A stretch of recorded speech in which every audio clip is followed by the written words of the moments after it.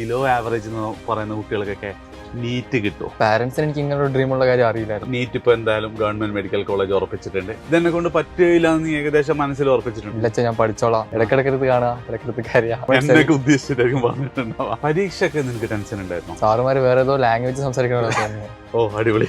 Mass ആ exam വന്ന സമയത്ത് ഞാനായിരുന്നു ക്ലാസ്സിൽ ലാസ്റ്റ്. നമ്മളെ കൊണ്ട് ഇത് പറ്റും എന്നുള്ളൊരു തോന്നൽ വന്നു അല്ലെ? അന്ന് മര്യാദയ്ക്ക് പഠിക്കായിരുന്നു. ഇനി ഞാൻ തുടങ്ങുന്നത് പറഞ്ഞിട്ടില്ല. അച്ഛനെ വിളിക്കാൻ കരാതെ, കാരണം അച്ഛൻ പെട്ടെന്ന് തളർന്നു. കണ്ടാൽ ഏത് അച്ഛനാണെങ്കിലും കരച്ചിൽ വരാൻ സാധ്യതയുണ്ട്. നീ ഏറ്റവും കഷ്ടപ്പെടുന്ന ആരോ അവർക്കേ കിട്ടത്തുള്ളൂ. നിന്നെ ഡോക്ടറാക്കുന്നതിൽ സുരേഷ് ശില്പി ചെറിയ റോളുണ്ട്. ഈ +2 അധികം മാർക്കൊന്നും ഇല്ലാത്ത, നമ്മൾ സാധാരണ പറയുന്ന ഈ ബിലോ ആവറേജ് എന്ന് പറയുന്ന കുട്ടികൾക്കൊക്കെ നീറ്റ് കിട്ടും. ആ ചോദ്യത്തിൻ്റെ ആൻസറാണ് ഇന്ന് എൻ്റെ കൂടെ ഉള്ളത് മിസ്റ്റർ അഭിജിത്ത്. അഭിജിത്ത്, എനിക്ക് തോന്നുന്നത് ഫിസിക്സ് കെമിസ്ട്രി ബയോളജിയിൽ +2 മാർക്ക് ഒരു 77% അങ്ങനെ ഉണ്ടായിരുന്നു അല്ലേ? എന്നിട്ട് നീറ്റ് ഇപ്പോൾ എന്തായാലും ഗവൺമെൻറ് മെഡിക്കൽ കോളേജ് ഉറപ്പിച്ചിട്ടുണ്ട്. സോ ഫസ്റ്റ് തന്നെ കൺഗ്രാറ്റ്സ്. നമുക്ക് എന്ത് ചെയ്യാം, തുടങ്ങാം. യെസ്, എന്താ പറ്റിയ +1 +2? +1 +2 ഞാൻ 10th വരെ നന്നായി പഠിച്ചിരുന്ന. 10th കൊറോണ ആയിരുന്നു. കൊറോണ സമയമായതുകൊണ്ട് നന്നായി ഉഴപ്പിയിട്ടുണ്ടായിരുന്നു. പിന്നെ എനിക്ക് full A+ കിട്ടി. 10th ഉഴപ്പിയിട്ട് full A+ കിട്ടി. ഓക്കെ. അപ്പൊ ഞാൻ വിചാരിച്ചു ഞാൻ നല്ല ഭയങ്കര ബുദ്ധിയുള്ള ടീമാണ്, പഠിച്ചില്ലെങ്കിൽ മാർക്ക് കിട്ടുമെന്ന് വിചാരിച്ച് +1 +2 പഠിക്കാതെ മാർക്ക് പഠിക്കാന്ന് വിചാരിച്ച്. അപ്പൊ +1 എന്റെ കയ്യിൽ നിന്ന് പോയി. തലേന്നായിരിക്കും പഠിച്ചിട്ടുണ്ടാവും. തലേന്നാ പഠിച്ചു. ഒന്നും മനസ്സിലാവേണ്ട. +2 സ്വാഭാവിക കയ്യിൽ നിന്ന് പോയി. അങ്ങനെ കയ്യിൽ നിന്ന് പോയി. ഓക്കെ. പിന്നെ +2 കഴിഞ്ഞു. പിന്നെ എങ്ങനെ ഈ നീറ്റ് ആഗ്രഹം വന്നത്? സാധാരണ നീറ്റ് കിട്ടൂലല്ലോ എന്നൊക്കെ ഉള്ളൊരു ചിന്ത ഉണ്ടാകും. എനിക്ക് ഞാൻ പണ്ട് ന്യൂസിൽ കണ്ടിട്ടുണ്ടായിരുന്നു. ഒരു പേരെനിക്ക് കറക്റ്റായിട്ട് ഓർമ്മയില്ല. ഒരു ലേഡി ആയിരുന്നു. അവർക്ക് IAS എടുത്തു. ഭയങ്കര ന്യൂസ് ഒക്കെ ആയിരുന്നു. അത് ഒരു ഡോക്ടറായിരുന്നു. എനിക്കും പണ്ട് സിവിൽ സർവീസാണ് എനിക്ക് താല്പര്യം. അപ്പോ എനിക്കൊരു ഏത് ഡിഗ്രി എടുക്കണം എന്ന് അറിയാതെ അറിഞ്ഞു നിൽക്കായിരുന്നു. അപ്പോ ഞാൻ ഈ ഒരു ന്യൂസ് കണ്ടപ്പോൾ ഞാൻ വിചാരിച്ചു എന്നാ പിന്നെ ഡോക്ടർ ആയാലോ വിചാരിച്ചു. പിന്നെ ഞാനൊരു 8th ഈ വീഡിയോ കണ്ടത്. പിന്നെ അതങ്ങനെ കുറെ ആയി മൂടിപ്പോയി ആഗ്രഹം.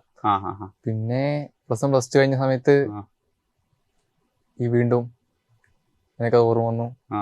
ഈ മാർക്ക് കുറഞ്ഞ് നിൽക്കായിരുന്നല്ലോ, അപ്പൊ ഇനി ഡിഗ്രി ചെയ്യേണ്ടതെന്ന് ഒരു പ്ലാൻ വന്നപ്പോഴാണ് എനിക്ക് ഈ കാര്യം ഓർമ്മ വന്നത്. വീണ്ടും ഓർമ്മ വന്ന്. അപ്പം നേരെ എഡ്യൂപോർട്ടിലേക്ക് വന്നേ.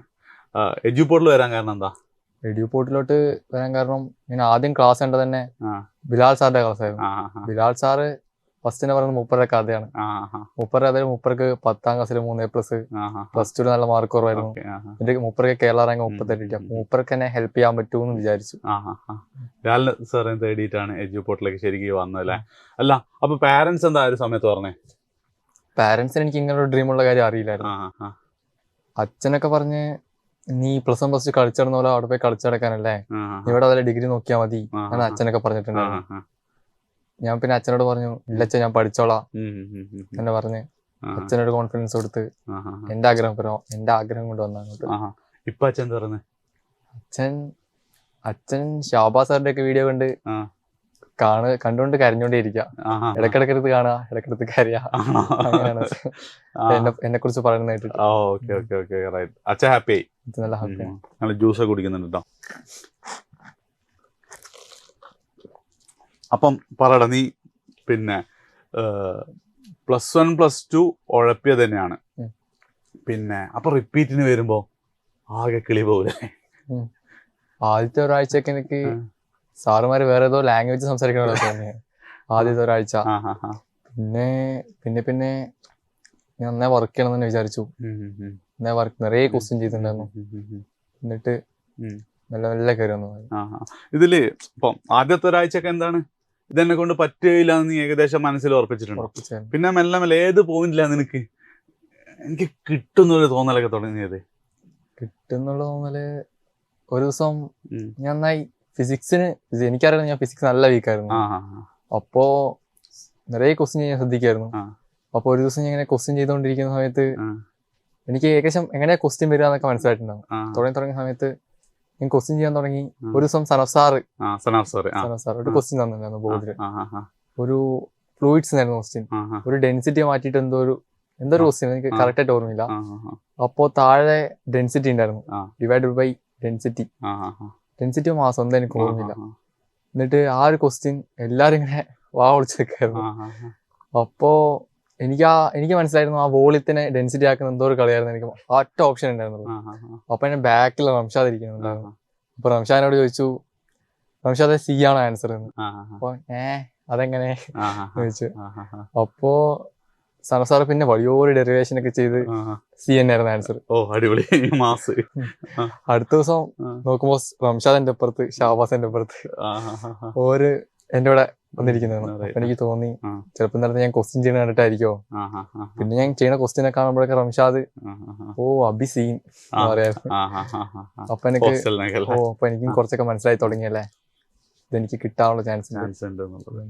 അപ്പോഴാണ് ശരിക്ക് ഒരു ഇത് വന്നത്, നമ്മളെ കൊണ്ട് ഇത് പറ്റും എന്നുള്ളൊരു തോന്നൽ വന്നു അല്ലേ. അപ്പം എനിക്ക് തോന്നുന്നത് നമ്മളെ ഹോസ്റ്റലിൽ, പ്രത്യേകിച്ച് ബോയ്സ് ഹോസ്റ്റലിൽ ഞാൻ എപ്പോൾ വരികയാണെങ്കിലും ഇപ്പോൾ പലതവണ വരുമ്പോൾ ഒന്ന് ചിലപ്പം ആരെങ്കിലും ഒരാൾ എന്ത് ചെയ്യുന്നുണ്ടാവും, പഠിക്കാതിരിക്കുന്നുണ്ടാവും, അല്ലെങ്കിൽ എന്ത് കളിക്കുന്നുണ്ടാവും, സംസാരിക്കുന്നുണ്ടാവും. പക്ഷേ നിന്നെ ഞാൻ പഠിക്കാത്തതായിട്ടൊരു സമയത്തും ഞാൻ കണ്ടിട്ടില്ല. അപ്പം എങ്ങനെയായിരുന്നു നീ, എത്ര സമയം നീ ഡെയിലി പഠിക്കായിരുന്നു, അല്ലെ എങ്ങനെയാണത്? ഞാൻ ഫുഡ് കഴിക്കുന്നതും ഉറങ്ങുന്ന വെച്ച സമയത്ത് ബാക്കി എല്ലാ സമയത്തും പഠിക്കായിരുന്നു. ഫുഡ് കഴിക്കുന്നതും ഉറങ്ങുന്ന വെച്ചിട്ട് ബാക്കി എല്ലാ സമയത്തും പഠിച്ചില്ല. അപ്പൊ കളി കാര്യങ്ങളൊക്കെ? കളി ഞാൻ എപ്പോഴെങ്കിലും ഭയങ്കര ബോറടിക്കുമ്പോൾ, ബോറടിയൊന്നും ഉണ്ടാവാറില്ല, ഒരുപാട് മടുക്കുന്ന സമയത്ത്, പഠിച്ച് വയ്യാതിരിക്കുന്ന സമയത്ത് ഇടയ്ക്ക് പോയി കളിക്കാറുണ്ട്, മാസത്തിലൊരിക്കലൊക്കെ. പിന്നെ ഇവര് ഫുട്ബോൾ കളിക്കാനൊക്കെ പോകുമ്പോഴോ? ഫുട്ബോൾ കളിക്കാൻ ഇവര് മാസത്തിലൊരിക്കലോ പോകാറുള്ളൂ. അപ്പൊ എന്നെ വിട്ടു പോയി കളിക്കാറുണ്ട്. എത്ര സമയം ഉറങ്ങാറുണ്ടായിരുന്നു? ഉറക്കം ആദ്യമൊക്കെ ഞാനൊരു 5 hours ഉറങ്ങിയിട്ടുണ്ടായിരുന്നു. പിന്നെ കുറച്ചുകൂടെ കുറയ്ക്കാന്ന് വിചാരിച്ചൊരു 4 hours ഉറങ്ങി. അപ്പൊ എനിക്ക് മനസ്സിലായി 4 hours ഉറക്കം പോരാ. പിന്നെ 6 hours ഉറങ്ങി. ഞാൻ ഇടയ്ക്ക് 6 hours അറിയാതെ ഉറങ്ങിപ്പോവും. അപ്പൊ എനിക്ക് നിറയെ ക്വസ്റ്റ്യൻ ഒക്കെ ചെയ്യാൻ കിട്ടുന്നുണ്ടായിരുന്നു. അപ്പൊ ഞാൻ പിള്ളേരോടൊന്ന് ചോദിച്ച്, എടാ ഇതിലുള്ള പ്രശ്നം ഉണ്ടോന്ന്. അപ്പൊ അവര് പറഞ്ഞു 6 hours മസ്റ്റ് ആണ്, ഉറങ്ങണം കറക്റ്റ് ആയിട്ട്. പിന്നെ തൊട്ട് 6 മണിക്കൂർ ഉറങ്ങുമ്പോഴും ഞാൻ ചെയ്യുന്ന ക്വസ്റ്റ്യൻ എണ്ണം കൂടി വരണ്ടായിരുന്നു.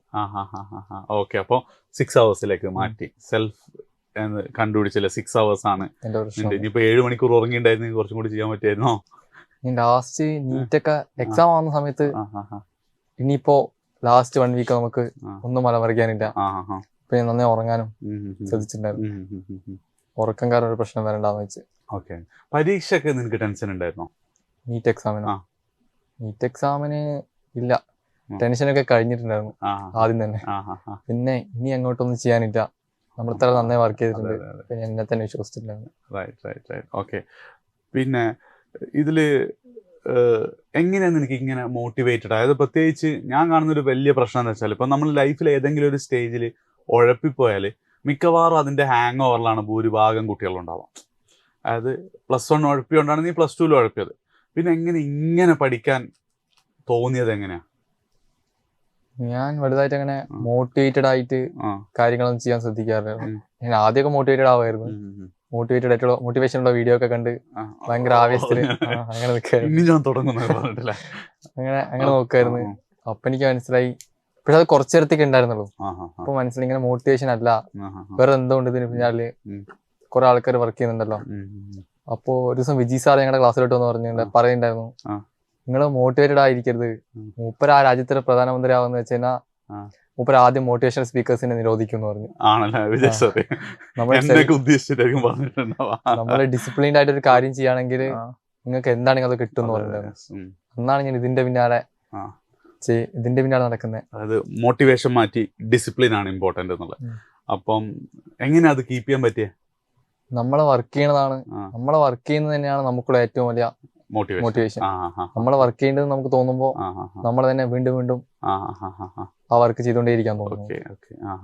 അങ്ങനെ ആ ഒരു ഇതിലേക്ക് കീപ്പ് ചെയ്തില്ല. ഇതിന്റെ ഇടയ്ക്ക് ഡൗൺ ആയിട്ടൊന്നുമില്ല? ഒരുപാട് ഡൗൺ ആയിട്ടുണ്ട്. ഒരു തവണ ഒരു എക്സാം വന്നിട്ടുണ്ടായിരുന്നു. ആ എക്സാമില് ആദ്യമൊക്കെ ഞാൻ തന്നെയായിരുന്നു ലാസ്റ്റ് ക്ലാസ്സിൽ. ഒരു എക്സാം വന്ന സമയത്ത് ഞാൻ ആ ഒരു വീക്ക് നന്നായി ഹാർഡ് വർക്ക് ചെയ്തിട്ടുണ്ടായിരുന്നു. ആ എക്സാം വന്ന സമയത്ത് ഞാനായിരുന്നു ക്ലാസ്സിൽ ലാസ്റ്റ്. അന്ന് എനിക്ക് മനസ്സിലായി ഇതെന്നെ കൊണ്ട് നടക്കൂല, ഞാൻ വീട്ടിലോട്ട് നിർത്തി പോവാന്ന് വിചാരിച്ചിരിക്കുന്നു. അതിന് മുന്നേ കുറച്ച് മേലോട്ട് കേറിയിട്ടുണ്ടായിരുന്നു അല്ലേ? അങ്ങനെ ഒരുപാടൊന്നും കേറിയിട്ടുണ്ടല്ലോ, ഒരു ലാസ്റ്റ് ആവാറില്ലായിരുന്നു. പിന്നെ ഏറ്റവും നന്നായി പഠിച്ച വീക്കില് ലാസ്റ്റ് ആയി. അപ്പൊ ഞാൻ വിചാരിച്ചു എന്നെ കൊണ്ട് നടക്കൂല, നിർത്തി പോവാന്ന് വിചാരിച്ചു. ഞാൻ ടേബിളിന്റെ ഫ്രണ്ടിൽ ഇങ്ങനെ ഇരുന്ന് ആലോചിക്കായിരുന്നു എന്താ ചെയ്യാന്ന്. അപ്പൊ സുരേഷ് ഏട്ടൻ, ഞങ്ങളുടെ വാർഡൻ സുരേഷ് ഏട്ടൻ വന്ന് ചോദിച്ചു, എടാ മോനെ നീ എന്താ നന്നായി പഠിക്കുന്നുണ്ടല്ലോ, എന്താ നിനക്ക് മാർക്ക് പറയുന്നതെന്ന് ചോദിച്ചു. എനിക്കൊന്നും പറയണ്ട, ഞാൻ അങ്ങനെ ഒരേ കരച്ചിലായിരുന്നു. മൂപ്പര് പേടിച്ചു പെട്ടെന്ന്. മൂപ്പര് ഇല്ല, നീ പേടിക്കണ്ടടാ, ടെൻഷൻ അടിക്കാനൊന്നും ഇല്ല, നീയാണിവിടെ ഏറ്റവും നന്നായി വർക്ക് ചെയ്യുന്നത്. ഞാൻ കഴിഞ്ഞ വർഷം ഇവിടുത്തെ കുട്ടികളോട് എന്താണോ പറഞ്ഞിട്ടുള്ളത് അതന്നെ അവർക്ക് നടന്നിട്ടുള്ളൂ. അവരൊക്കെയാണ് ഇപ്പോ മെഡിക്കൽ കോളേജിൽ പഠിക്കുന്നത്. അതന്നെ നിനക്ക് നടക്കാൻ പോകുന്നത്. നീ പേടിക്കൊന്നും വേണ്ട, നീ കയറിക്കോളും, മാർക്ക് കയറിക്കോളും എന്ന് പറഞ്ഞു. അടുത്ത എക്സാം വന്നപ്പോ എനിക്കൊരു 10-20 റാങ്ക് ഞാൻ മുകളിലോട്ട് കയറി.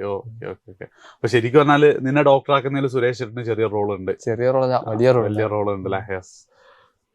താങ്ക് യു സുരേഷ് ചേട്ടാ. മൂപ്പര് ഇപ്പൊ ഒരു ആക്സിഡന്റ് ആയിട്ട് നാട്ടിൽ കിടക്കാൻ നിങ്ങൾ പോയി കണ്ടില്ലേ?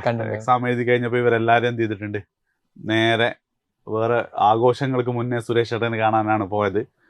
അപ്പൊ ലൈഫിൽ എന്തുണ്ടാവും, അങ്ങനെ കുറെ ആൾക്കാർ ഉണ്ടാവും എന്നുള്ളത് ഭയങ്കര ഇമ്പോർട്ടൻ്റ് ആണല്ലേ. അപ്പം ഇനി ഒരുപാട് കുട്ടികൾ റിപ്പീറ്റ് ചെയ്യാൻ തീരുമാനിക്കുന്നുണ്ടാവും. ചിലപ്പോൾ നിന്റെ ഇന്റർവ്യൂ കണ്ടിട്ടും അത് ഞാൻ ജസ്റ്റ് ആദ്യം ഒന്ന് പറയാട്ടോ.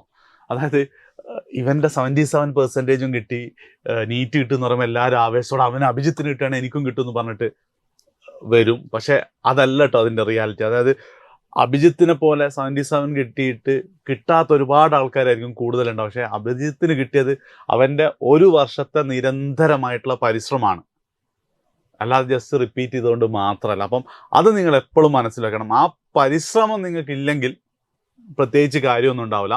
അപ്പോൾ അഭിജിത്ത് തിരിച്ചു വരികയാണെങ്കിൽ ഇങ്ങനെയുള്ള കുട്ടികളോട് റിപ്പീറ്റ്, പ്രത്യേകിച്ച് മാർക്ക് കുറയുന്ന കുട്ടികളൊക്കെ ആഗ്രഹം ഉണ്ടാവും ഡോക്ടറാണ്. ഇപ്പം ഇന്നൊക്കെ എനിക്ക് ഒത്തിരി കുട്ടികൾ മെസ്സേജ് അയക്കുന്നുണ്ട്, സാർ എനിക്ക് കിട്ടുമോ എന്നൊക്കെ ചോദിച്ചിട്ട്.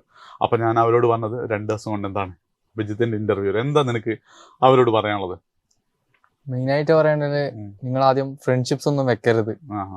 ഫ്രണ്ട്സ് ഒന്നും വേണ്ട നിങ്ങൾക്ക്. ആദ്യമൊക്കെ റിലേഷൻഷിപ്സ് ആണോ? റിലേഷൻഷിപ്സ് അല്ല, ഫ്രണ്ട്ഷിപ്പ്. നമ്മുടെ അങ്ങോട്ടും ഇങ്ങോട്ടും നീ ഞാനും പോലത്തെ ഫ്രണ്ട്ഷിപ്പും അങ്ങനത്തെ ഫ്രണ്ട്ഷിപ്പ് ഒന്നും വേണ്ട. അതെന്താ വെച്ചാൽ ചിലപ്പോൾ ആദ്യം നമുക്ക് കിട്ടുന്ന ഫ്രണ്ട്സ് എങ്ങനെയായിരിക്കും നമുക്ക് പറയാൻ പറ്റില്ല. ഒരു ചിലപ്പോൾ മോശം രീതിയിലുള്ള ഫ്രണ്ട്സ് ആയിരിക്കും, നമ്മളായിരിക്കും ഒരു നല്ല തന്നെയാണ്. നമ്മൾ ഓരോട് അങ്ങനെ പോകും, ഒരു ലക്ഷ്യമില്ലാതെ അങ്ങോട്ട് പോകും. നമുക്ക് നമ്മുടെ അച്ചീവ്മെന്റ്സ് കണ്ടിട്ട് നമ്മുടെ കൂടെ കുറച്ച് ഫ്രണ്ട്സ് വരും, അവർ തന്നെ ആയിരിക്കും നമ്മളെ ഹെൽപ്പ് ചെയ്യുന്നതും നമ്മുടെ ഗോൾ റീച്ച് ചെയ്യാൻ നമ്മളെ ഹെൽപ്പ് ചെയ്യുന്നതും. ആദ്യം ഫസ്റ്റ് ദിവസം തന്നെ റൂംമേറ്റ്സ് എല്ലാവരും അങ്ങോട്ട് കമ്പനി അങ്ങനെ ഉണ്ടായിരുന്നു നിനക്ക്? അപ്പൊ നീ ആദ്യമൊക്കെ പോയപ്പോ റൂമിലൊന്നും എനിക്ക് തോന്നുന്നു അധികം സൈലന്റ് ആയി മാറിയിരിക്കായിരുന്നു തോന്നുന്നല്ലേ? ഞാൻ പോയ സമയത്ത് കുറച്ച് കുട്ടികൾ എൻ്റെ അടുത്ത് സംസാരിക്കാനൊക്കെ വരുന്നുണ്ടായിരുന്നു. ഞാൻ എന്റെ ബാഗ് പാക്ക് ചെയ്ത് വെച്ച് ഞാൻ 2 ദിവസം ലേറ്റ് ആയിട്ടാ വന്നത്. അപ്പോ ഞാൻ വേഗം എടാ നോട്ട് ഒന്ന് തരുമോ, ഞാൻ എഴുതി എടുക്കട്ടെ എന്ന് വെച്ച് വേഗം നോട്ട് എഴുതി. ഓരവിടെ എന്തൊക്കെ സംസാരിച്ചുകൊണ്ടിരിക്കുന്നുണ്ടായിരുന്നു. അപ്പോ ഞാൻ വേഗം നോട്ട് മേടിച്ച് എഴുതുന്നുണ്ടപ്പോ ഇവൻ എന്താ സാധനം, ഒരു മൈൻഡിലല്ലോ വിചാരിച്ചിട്ടുണ്ടായിരുന്നു.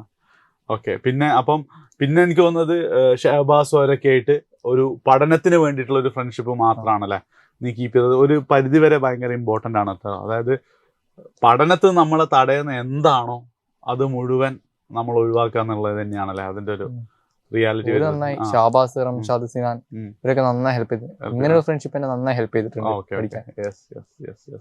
ഷാബാസിന്റെ ഇന്റർവ്യൂലൊക്കെ ഏറ്റവും കൂടുതൽ നിനക്ക് ആ ഇന്റർവ്യൂ ആണ് അച്ഛൻ കണ്ടെന്ന് പറഞ്ഞതല്ലേ? ഓക്കെ. അത് കണ്ടാൽ ഏത് അച്ഛനാണെങ്കിലും കരച്ചിൽ വരാൻ സാധ്യത ഉണ്ട്. നീ ഇതൊന്നും ചിലപ്പോൾ ഓരോ അറിഞ്ഞിട്ടുണ്ടാവില്ലല്ലോ അല്ലെ, നീ എത്രമാത്രം എഫേർട്ട് എടുക്കുന്നുണ്ട് എന്നുള്ളതൊക്കെ. ഞാൻ പറയാറില്ലായിരുന്നു. അവര് സപ്പോർട്ടായിരുന്നു പഠിക്കുന്ന? നല്ല സപ്പോർട്ടായിരുന്നു. നല്ല സപ്പോർട്ടാണ്. അങ്ങനെ നീ വിളിച്ച് കരയൊക്കെ ചെയ്തിട്ടുണ്ടോ? കൊറേ ഞാൻ അവരറിയാതെ കരയാൻ എനിക്ക് കൂടുതൽ ശ്രദ്ധിക്കാറ്. അമ്മക്ക് ലാസ്റ്റ് നീറ്റ് എക്സാമിന്റെ തലേദിവസം ഞാൻ കാര്യമായിരുന്നു. ചിലപ്പോ ഇതൊക്കെ ഇത് വേസ്റ്റ് ആയി പോയാലോ എന്ന് വെച്ച്. അപ്പൊ അത് മാത്രം അമ്മ അറിഞ്ഞു കരഞ്ഞത്. അമ്മ നന്നായി ഹെൽപ്പ് ചെയ്തിട്ടുണ്ടായിരുന്നു. അച്ഛനെ വിളിച്ച് ഞാൻ കരാതെ, കാരണം അച്ഛൻ പെട്ടെന്ന് തളർന്നു പോകും ഞാൻ കരഞ്ഞൊക്കെ കേട്ടില്ല. അതുകൊണ്ട് അച്ഛനെ വിളിച്ച് ഞാൻ അധികം സങ്കടത്തോടെ സംസാരിക്കാതിരിക്കാൻ ശ്രമിക്കും എപ്പോഴും. കരച്ചിലൊക്കെ സ്വന്തമായിട്ട് ഒറ്റയ്ക്ക് ഇരുന്നിട്ട് തന്നെയായിരുന്നു അല്ലേ?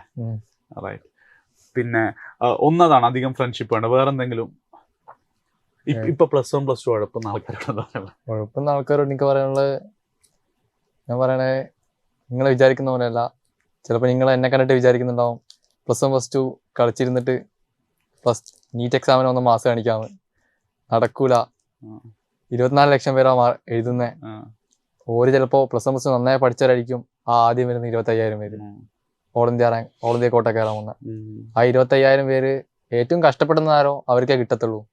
ആ +1 +2 നന്നായി കഷ്ടപ്പെട്ടവരാണ് ആ 25,000 എങ്കിൽ നിങ്ങളൊക്കെ മാറ്റി നിർത്തിയിട്ട് ഓരായിരിക്കും കയറി പോകുന്നത്. അപ്പം പഠിക്കുക തന്നെ അല്ലേ? അത് നീറ്റ് പോലത്തെ ആഗ്രഹങ്ങൾ നിങ്ങളെ മനസ്സിലുണ്ടെങ്കിൽ പഠിക്കാൻ, അല്ലെങ്കിൽ നിനക്ക് ഇത്രയും കഷ്ടപ്പെടേണ്ടി വരില്ലായിരുന്നു അല്ലേ ശരിക്കും? കാരണം കുറച്ച് ഇതിനേക്കാളും നല്ല സ്കോർ കിട്ടാൻ പറ്റുമായിരുന്നു. അതേപോലെ തന്നെ ഇത്ര പ്രഷർ അനുഭവിക്കേണ്ടി വരില്ലായിരുന്നു. അതിനേക്കാൾ ഇത്ര അപ്പൊ ഉറപ്പായിട്ട് നിനക്ക് റിപ്പീറ്റ് ചെയ്യുന്ന സമയം അങ്ങനെ നീ ആലോചിച്ചിട്ടുണ്ടോ അന്ന് മര്യാദയ്ക്ക് പഠിക്കായിരുന്നു. പിന്നെ എനിക്ക് ഫസ്റ്റ് ഫേസ് ജെയിൽ എനിക്ക് നന്നായി മാർക്ക് കുറഞ്ഞ സമയത്ത് എനിക്കറിയായിരുന്നു പ്ലസ് ടു മാർക്ക് കുറഞ്ഞോണ്ട് മാത്രമാണ് കിട്ടാതിരുന്നത്. ഓക്കെ പ്ലസ് ടു പോർഷനിൽ നിന്നാണ്. റൈറ്റ്.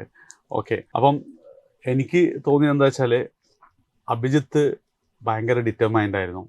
അപ്പം എന്താ പറയുക, ആ ഒരു അവസാനം മെയ് 5 വരെ കഷ്ടപ്പെടാൻ തയ്യാറായിട്ട് തന്നെയാണ് നീ വന്നത് എന്നുള്ളതാണ്.